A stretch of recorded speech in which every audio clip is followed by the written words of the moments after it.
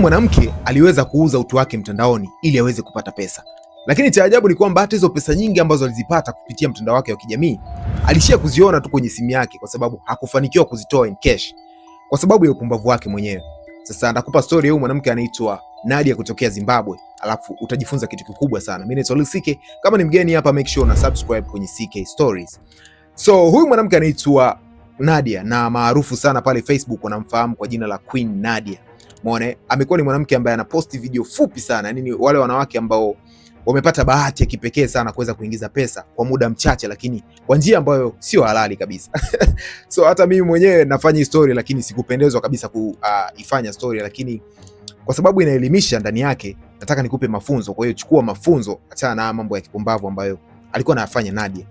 Sasa Nadia ni mwanamke ambaye ametokea kwenye familia ya kimaskini sana huko Zimbabwe, na ni mwanamke ambaye alikuwa anajiuliza sana atapata vipi pesa, kwa sababu ya of course kila mmoja anapenda kushika pesa aweze kufanyia mambo yake.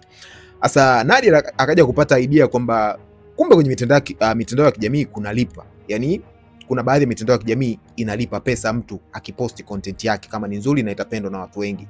Sasa Nadia akaja na hiyo idea yake moja hivi baada ya kugundua kwamba yeye ni mwanamke na kitu pekee ambacho anaweza kufanya kwa muda ule pale, kwa sababu alikuwa hana vitu vingine mbadala, aliona ni kuonyesha mwili wake ama utupu wake mtandaoni.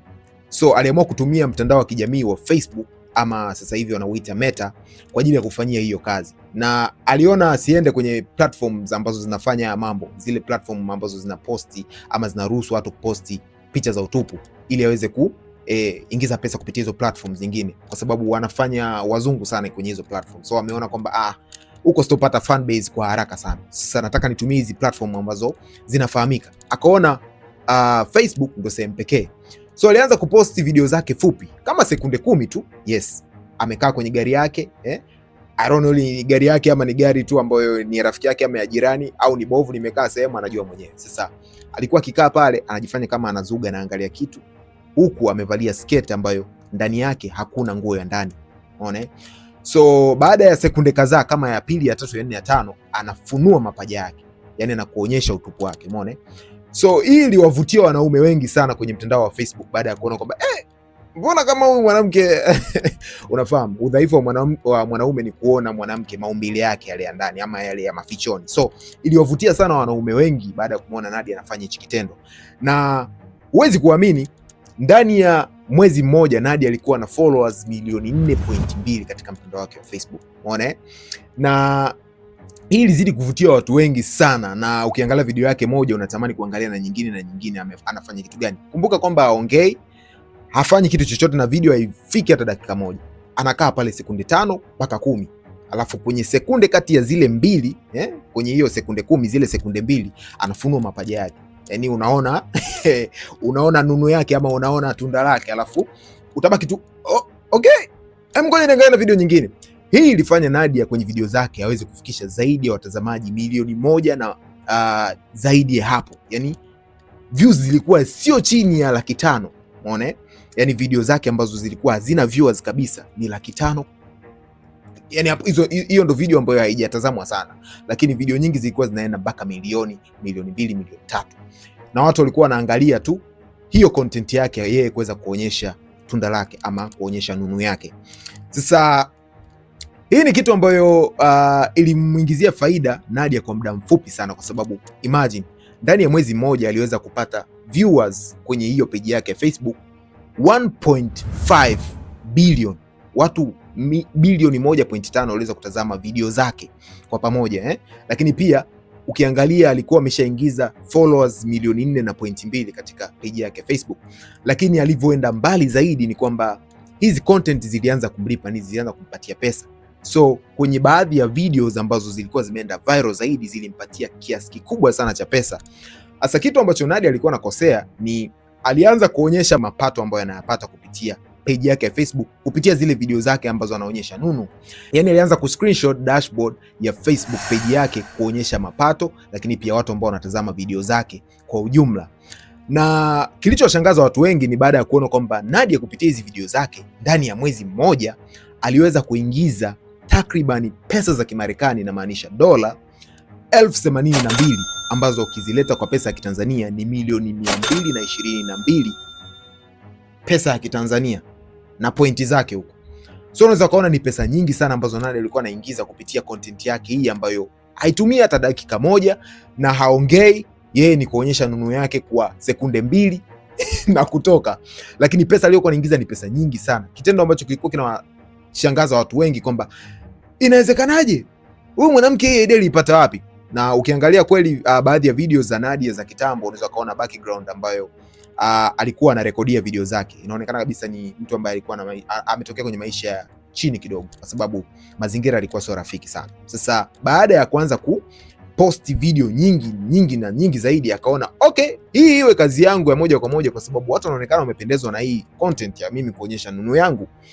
So kuna baadhi ya watu ambao hawakupendezwa na hii content kwa sababu sio content nzuri, ni content ya watu wazima na inafaa kwenda kwenye platform ambazo zina support content kama hizi hapa, na maanisha pornographs, umeona.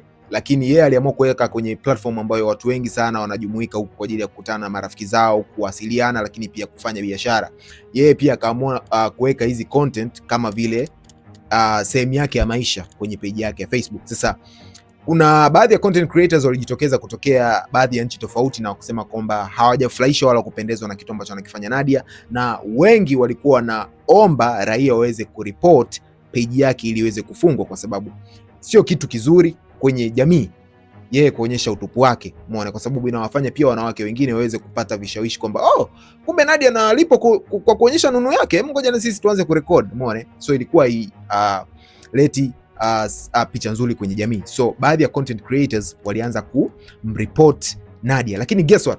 Hapo kwenye kumreport, turudi nyuma kidogo. Nadia, kumbuka nimekwambia alikuwa na post hii vitu kwa takriban mwezi mzima. Sasa watu walivyoanza kusikia hasira na uchungu ni baada ya Nadia kuanza kuposti pesa ambayo anaingiza kupitia hizo video.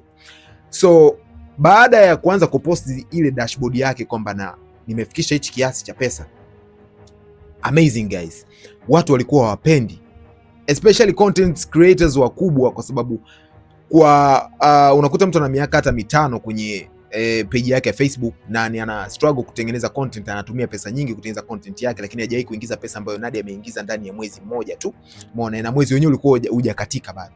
So hawa watu waliingiwa wivu na chuki na kuona kwamba huyu mwanamke anafanya kitu ambacho sio sahihi, alafu ni rahisi, afu analipwa tu. Kwa hiyo anatumia mwili wake kwa ajili ya kuingiza pesa nyingi kama hizi hapa ambazo sisi wengine labda tuna struggle miaka na miaka tujawahi kuingiza. So wengi walianza kuambia mashabiki waweze kumreport Nadia kwa kuweza kufanyaje, kupost content ambazo sio sahihi kwenye mtandao wa Facebook. Na kitu ambacho nilikwambia mwanzo, Nadia alikuwa ni mpumbavu sana, kwa sababu sawa, umeweza kutumia hiyo nafasi ambayo umepata bahati, maana sio kila mmoja anaweza kapost hivyo na kapata reaction ya haraka hivyo na kupata pesa. So Nadia alikuwa ni mpumbavu kwa sababu aliamua kuonyesha mafanikio yake kabla hata hizo pesa hajazitoa.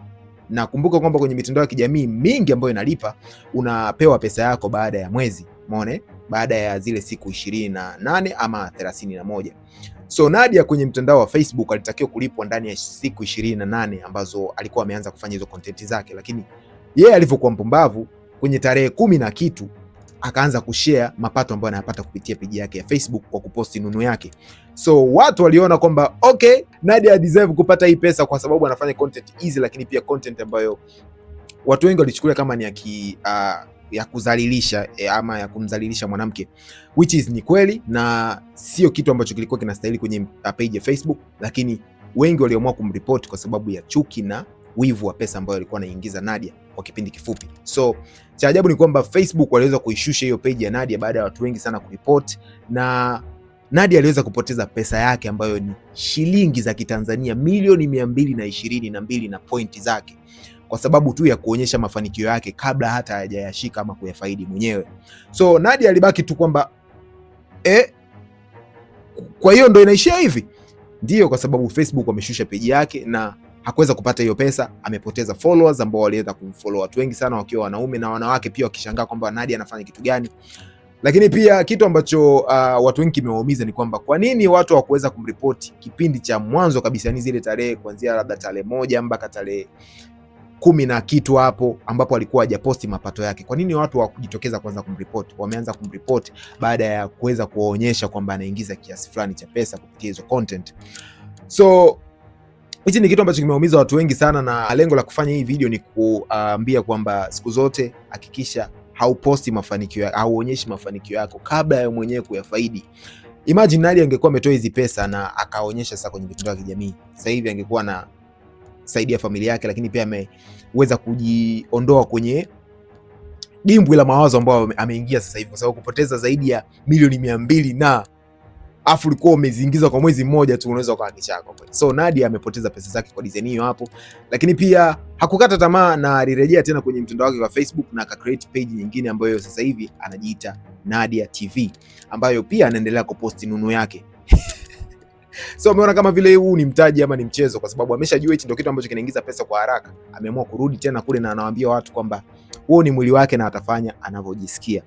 So I think utakuwa umepata somo ama funzo kwamba siku zote hakikisha kwanza unashika ama unapata mafanikio ambayo ulikuwa unayapambania kwa muda mrefu, ndio unaanza kuonyesha watu. Sio unaonyesha watu mafanikio yako ama unavyoenda kufanikiwa kabla hata ya kufika mwisho wa safari, kitu ambacho kimemtokea Nadia. Kabla ya kutoa pesa zake akaanza kuonyesha watu kwamba nina kiasi hiki hapa. Ni kama wewe sasa hivi uchukue page uchukue akaunti yako ya NMB, uscreenshot salio lililopo, umetumiwa mshahara, alafu uposti mtandaoni. Lazima tu ndugu atakuja atakwambia na shida fulani, mwingine atakwambia mwanangu nisaidie na kiasi na matatizo haya na changamoto hizi. So siku zote hakikisha unakaba kidogo. Watu walikuwa wajali kipindi ambapo Nadia anaposti video zake za nunu yake, na walikuwa wanaona tu okay, ni mwanamke mjinga mpumbavu ajile, lakini baada ya kuposti mafanikio wakaona kupitia tu hizi video anaingiza hizi pesa, no, tumreport tusababisha fungiwe akaunti. So hicho ndio kitu ambacho kimemkuta Nadia, na sasa hivi ana page yake mpya ambayo by the way imeshakuwa ina watu kama 100,000 na kitu. Watu wanazidi kuendelea kumfollow na wanataka kuona zaidi na zaidi kitu ambacho anakifanya. So niambie umejifunza nini kupitia story hii hapa, lakini pia hii nimesema mwanzo sio kitu ambacho watu wanatakiwa waige, kwa sababu kwenye mitandao ya kijamii sasa hivi especially huko Facebook, wanawake pia wameanza kuonyesha nunu zao kama anavyofanya Nadia ili aweze kupata pesa, kwa sababu umeona pesa ipo kupitia Facebook wakifanya hivyo. So Nadia ameleta pia trend ambayo sio nzuri kwa kweli. Mimi nataka nikupe tu elimu ya kwamba siku zote hakikisha uonyeshi mafanikio yako kabla hata ya kufika mwisho wa safari. Mimi ni CK, make sure na subscribe kupitia channel hii hapa CK Stories, na kuna kupatia habari na story na movies recaps, you know, you name it. Mimi ni CK, thank you and bye bye.